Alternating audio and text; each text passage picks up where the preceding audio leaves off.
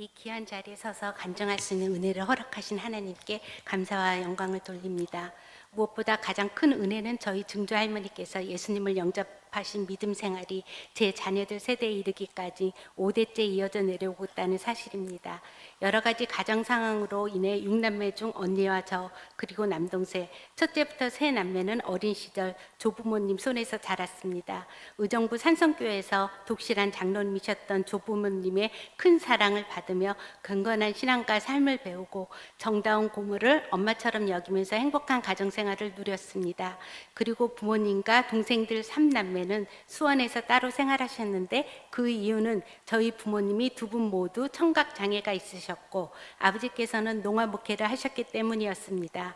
아버지께서는 전도사님으로 사역하시면서 대전 순복음교회 농화부, 여의도 순복음교회 농화부, 의정부 농화교회를 개척하시며 열심히 사역하셨지만 동시에 생계를 위해 다른 일도 하셔야 했습니다.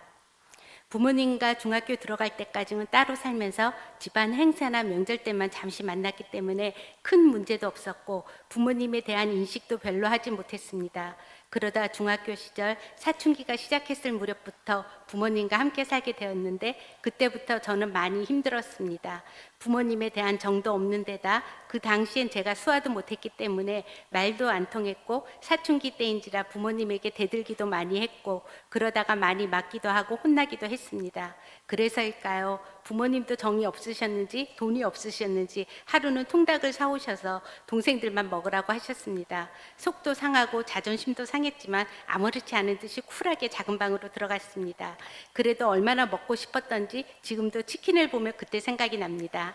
지금 생각해보면 슬프기도 하고 웃기기도 하지만 그 시절에는 그런 상황에서 빨리 그저 부모님 그늘에서 빨리 벗어나고만 싶었습니다. 그래서 일찍 독립하여 부모님과 거리를 두고 살았습니다. 그리고 시간이 흘러 부모님이 다 돌아가시고 나서야 부모님께 좀 더 마음을 열고 두 분을 이해했더라면 좋았을 텐데 하는 후회가 들기도 하였습니다.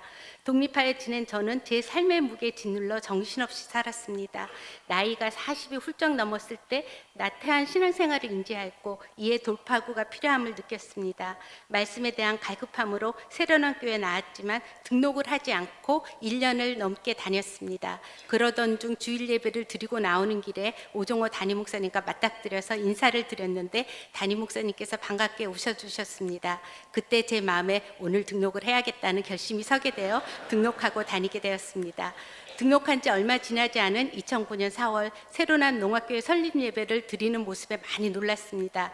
그제서야 철이 든 것인지 돌아가신 부모님 생각에 매주 예배 시간에 농화교회를 뒤에서 지켜보게 되었습니다. 그럼에도 불구하고 가까이 가고 싶지는 않았습니다. 그러던 중 그해 11월 세일의 새벽 특별 부흥에 3일 남겨두고 4층 농화 성도님이 대여섯 분 오신 것 같은데 수화 통역사가 없어 멀뚱멀뚱 스크린만 쳐다보고 계셨습니다.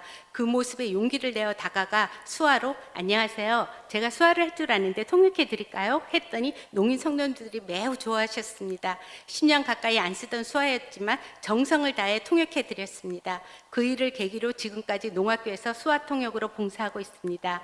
저희 수화 통역사들은 예배와 설교 통역만 하는 것이 아니고 삶에서 필요한 통역들, 예를 들면 전화 통화 등 개인적인 일들을 통역하는 경우가 많은데 저는 통역할 때마다 돌아가신 부모님께 잘해드리지 못한 죄송한 마음 때문에 친형제 자매에게 하듯이 더 열심히 섬기려고 하고 있습니다. 수화 통역할 수 있는 것도 주님께서 주신 달란트로 감사한 일인데 성경 말씀을 통역할 때는 섬기는 것보다 오히려 더 큰 은혜를 받으니 감사할 뿐입니다.